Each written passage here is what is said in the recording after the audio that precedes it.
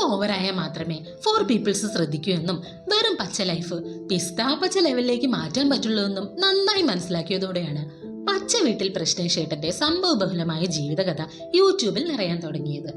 വെറും ക്ലീനിങ് കൊണ്ടൊന്നും ഒരു കാര്യവുമില്ലെന്ന് മനസ്സിലാക്കിയ ചേട്ടൻ അതോടെ സാനിറ്റൈസർ ക്ലീനിങ്ങിൽ മുടുമുടുക്കനായി. ഇരിക്കുന്നിടത്തും നടക്കുന്നിടത്തും വേണ്ടാത്തടത്തും ഒക്കെ സാനിറ്റൈസർ തേച്ച് പൊള്ളി തുടങ്ങിയ ചേട്ടൻ മിനറൽ വാട്ടറിൽ വരെ സാനിറ്റൈസർ കലക്കാൻ തുടങ്ങിയതോടെ മുന്നേ പറഞ്ഞ ഫോർ പീപ്പിൾസ് ചേട്ടനെ ശ്രദ്ധിക്കാൻ തുടങ്ങി. പോരെ, ചേട്ടന്റെ ഉദ്ദേശം പോലെ തന്നെ അതോടെ നല്ല കാലവും തുടങ്ങി. സബ്സ്ക്രൈബേഴ്സ് കൂടി, വരുമാനം കൂടി, പോകുന്നിടത്തൊക്കെ ആൾക്കാർ തിരിച്ചറിയാൻ തുടങ്ങി. യൂട്യൂബേഴ്സിന് കഞ്ഞി കുടിക്കാനുള്ള കണ്ടന്റ് കൂടി കൊടുത്ത് ചേട്ടൻ ഒരു തൊഴിൽ ദാതാവുമായി.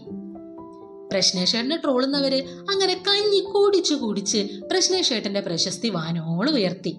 തന്റെ പ്രശ്നങ്ങൾക്കെല്ലാം കാരണം OCD അല്ല, വെറും OCD ആണെന്ന് പറയുന്ന ചേട്ടൻ കുറ്റം പറയുന്ന ബിരിയാണി തിന്നാൻ മാത്രം OCD ചേട്ടനെ പിടിച്ച് പെട്ടിയിലങ്ങ് പൂട്ടിവെക്കും. തീറ്റയൊക്കെ കഴിഞ്ഞ് കുമ്പ നിറഞ്ഞാല് പെട്ടി തുറന്ന് OCD ചേട്ടനെ പുറത്തെടുത്ത് നെഞ്ചോട് ചേർക്കും. വീണ്ടും പാടും, എനിക്ക് OCD എന്ന്. ഇനി ഒരാഗ്രഹം കൂടി അണ്ണന് ബാക്കിയുണ്ട്.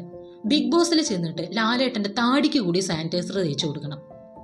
നമ്മളെല്ലാരും കൂടി ഒന്ന് ആഞ്ഞ് തള്ളിക്കൊടുത്താല് മൂപ്പരുടെ ആ ആഗ്രഹം കൂടി അങ്ങ് നടക്കുമെന്നേ.